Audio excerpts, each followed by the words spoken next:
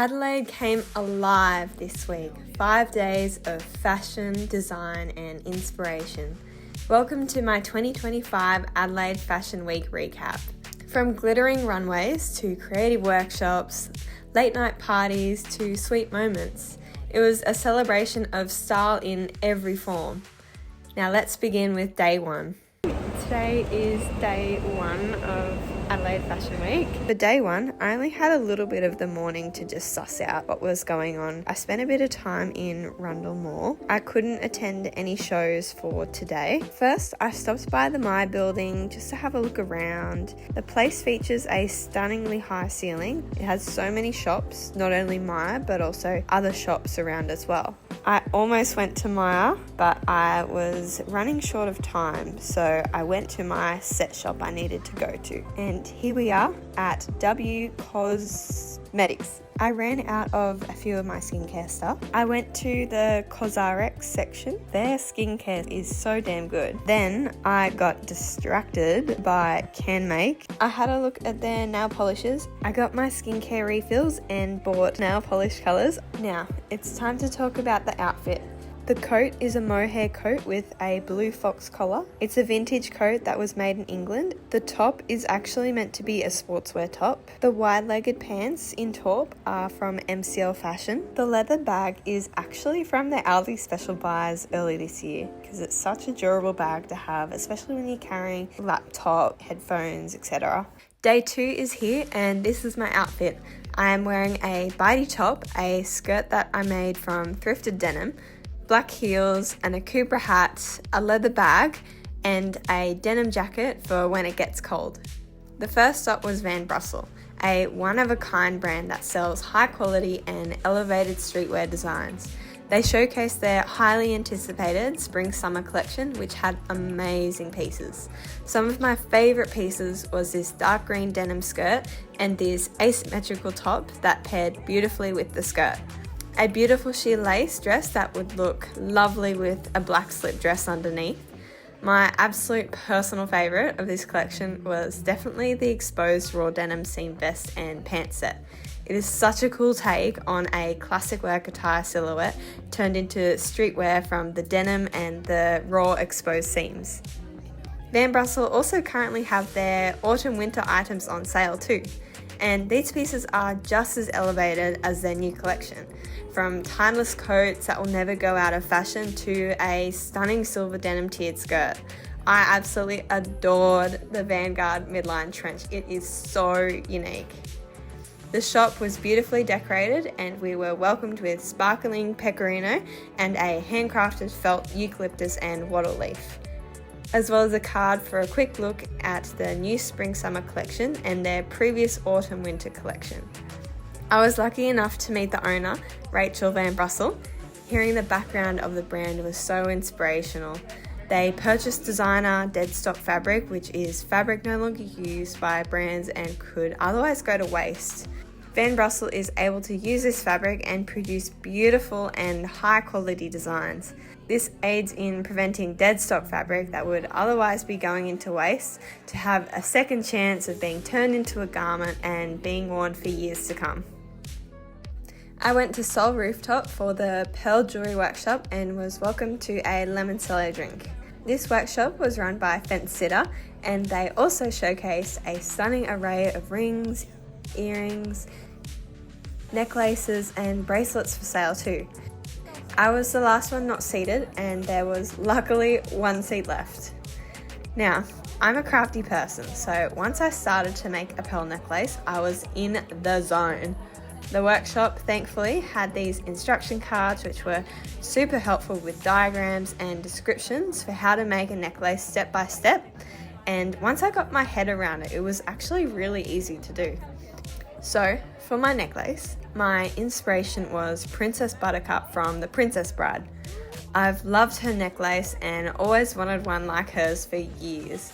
So this workshop was the perfect moment to finally have my Princess Buttercup moment. To start off, I secured the clasp, I made a loop that threaded through this bead-like piece. I actually found out it's not actually a bead, it's called a crimp. Once I pulled the loop tight enough through the crimp, I then squished the crimp with a pair of pliers to secure the loop holding the clasp. Now that we've done this, we can start threading the pearls on. This step here was beading the necklace. It definitely takes trial and error for finding the right length. I tried mine on multiple times and it wasn't long enough. So I put on a few more pearls, then tried again. I eventually got the right length and secured the end with the exact same squish the crimp process as securing the clasp. However, this time replacing the clasp with a jump ring. Doing this allows the clasp to attach onto the jump ring. For the pearl pendant, I got a little creative with using the clasp and jump rings. Definitely made it a lot more difficult than it should have been, but look how good my finished Princess Buttercup necklace looks. We then moved on to making a pair of earrings, and I made a matching earring for the necklace. I managed to finish my earrings early, so I made a pearl bracelet too. I used the exact same steps when I was making the necklace, and look, it's all finished. I have a beautiful Princess Buttercup inspired set that I made. I loved this workshop so much and I cannot wait to do it again. The event was now finishing, so I headed home to a KFC Go Bucket and I got help putting on my new pearl jewellery. I love it so much, and so that was it for day 2. For day 3's outfit, I wore this pink floral dress, a pair of white heels, an Oroton bag with accessories of a flower hair clip and a plush keychain. For day 3, we went to Hoops and Scoops. We got to meet Naomi, the owner of a jewellery and clothing brand called Naomi Morel. I'm Naomi, jewellery designer and gelati lover. Thanks everyone for coming out today to Ovo. It's a bit of a gem of the East End. We love it here.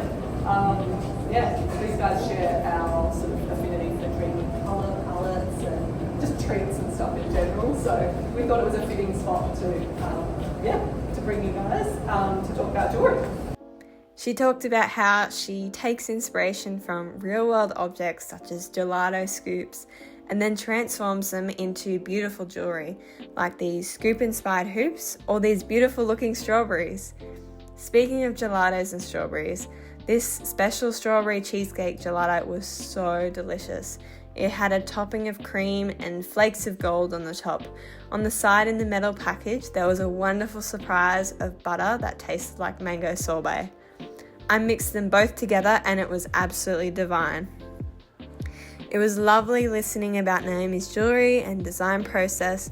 I especially liked how she started all of her designs with a dreamy drawing of a girl wearing the jewellery like this one. I was so grateful to see her designs up close too. We were even able to have a look at a never-seen-before collection Naomi has been working on. One of her earrings she'll drop in the future was inspired by the shape of a meringue, which I loved, and it was definitely the highlight for me.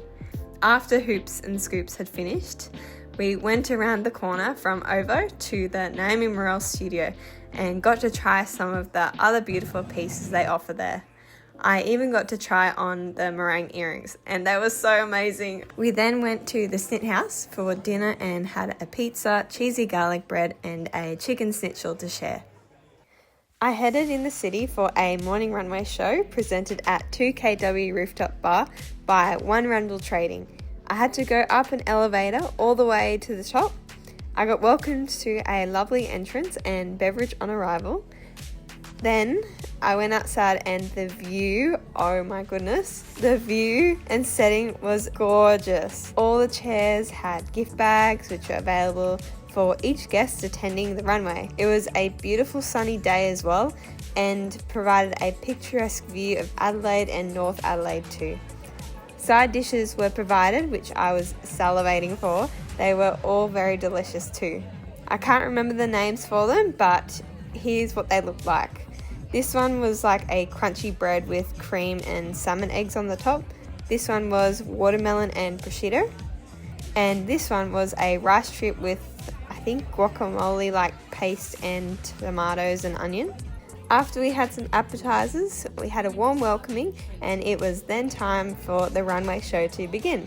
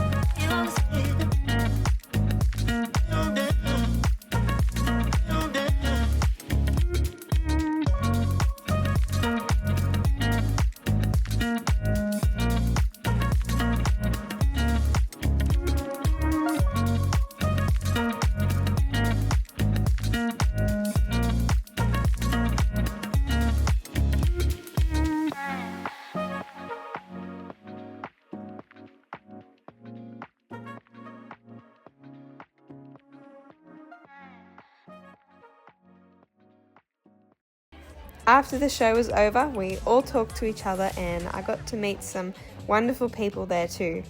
I spent a bit of time on the rooftop, soaking up the beautiful view. The KW show is finished.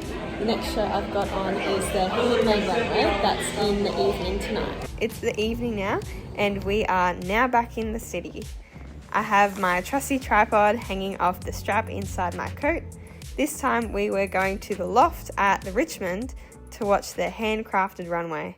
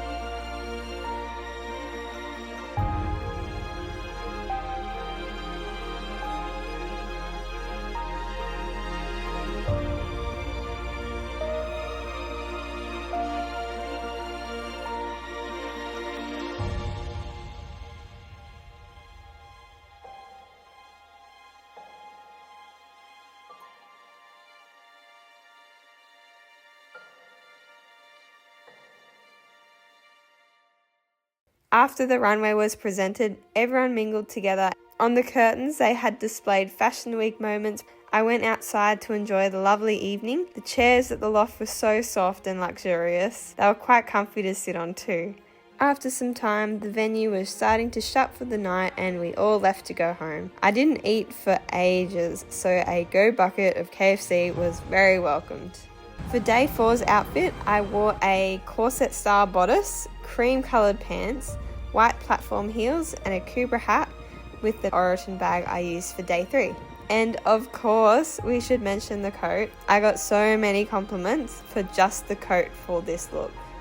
For planning this outfit, it took me quite a lot of time and planning and thinking of what to actually put with what. So I'm really happy that this outfit works so coherently together.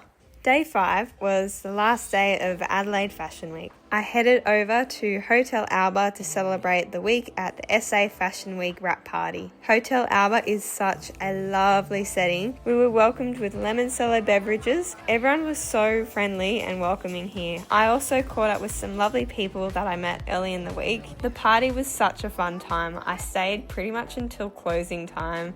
It was such a fun night. Myself and a few others were the last to leave. We missed out on the gift bags. After the party was over, myself and a few people went to have tiramisu. The pieces were so big and it tasted so good. It definitely hit our sugar fix.